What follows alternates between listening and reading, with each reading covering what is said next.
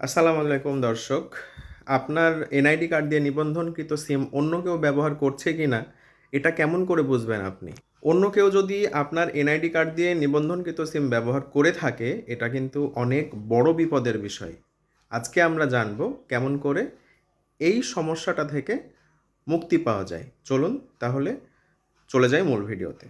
আমার চ্যানেলটিতে যারা নতুন তারা অবশ্যই আমার চ্যানেলটি ফলো করবেন আর শেয়ার করে ছড়িয়ে দিবেন আপনার বন্ধুদের মধ্যে, যেন এই ভিডিওটা দেখে তারাও উপকৃত হয়। তো এই অপশনসটি চেক করার জন্য প্রথমে আমাদের ডায়াল প্যাডে যেতে হবে, তারপর ডায়াল করতে হবে *16001#। আমরা সিম সিলেক্ট করে নিব।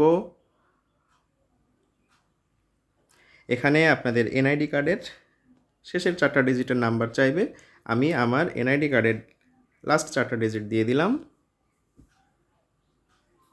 ওকে করব। নোটিফিকেশান আমাদের মেসেজ বক্সে আসবে, আমরা মেসেজ বক্সে যেয়ে চেক করব। এই যে চলে আসছে দেখুন পুরো লিস্ট।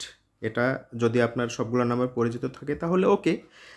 যদি আপনি জানেন না কোনটা আপনার নাম্বার, সো আপনি নিকটস্থ কাস্টমার কেয়ারে যাবেন, যে বলবেন যে এটা অফ করে দিতে, দেন তারা অফ করে দেবে।